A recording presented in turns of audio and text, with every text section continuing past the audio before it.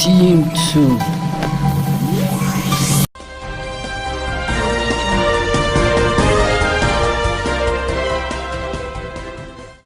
Jalqabaa Oliver Giroud sabata sarara fuulduraa Chelsea fi Firenze kan turedha.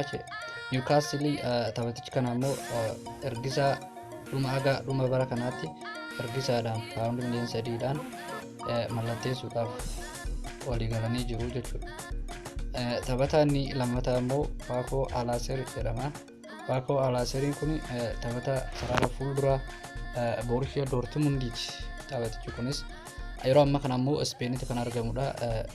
Waa'ee adeemsisaa Villarreal waliin xumurachuudhaaf jechuudha.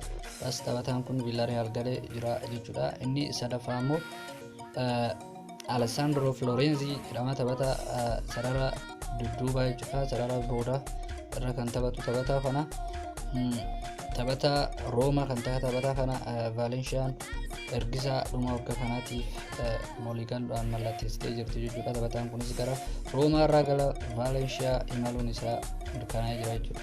Inni afuraffaa immoo Imerkiyaan taphata duraanii Liverpool amma immoo yeroo waggaa dabre duraanis Juventus keessa ture. Taphataan kunis yeroo amma kana gara Dortmund imaluudhaaf Dortmund irraa ni waliin xumuratanii jechuudhaan paawundi miliyoona 22dhaan walii galanii jiru jechuudha. Innis Juventus irraa gara Borussia Dortmund imaleera.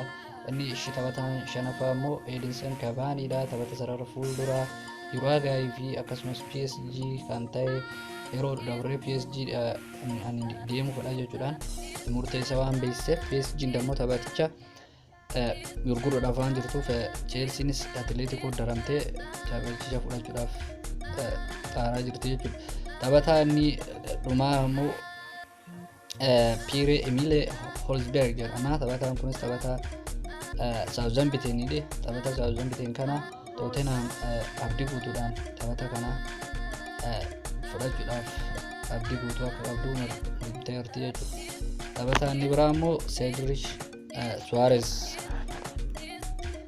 Suarez taphata sarara dudduubaa jechuudha. Taphataan kunis taphata Arsenal taphata kan Southampton irraa mallatteessuudhaaf ergisaa dhuma kanaatti walii galanii jiru jechuudha. Waan hordoftaniif galatooma. Subscribe, like, share godhuu keessan hin dagatinaa. Galatooma.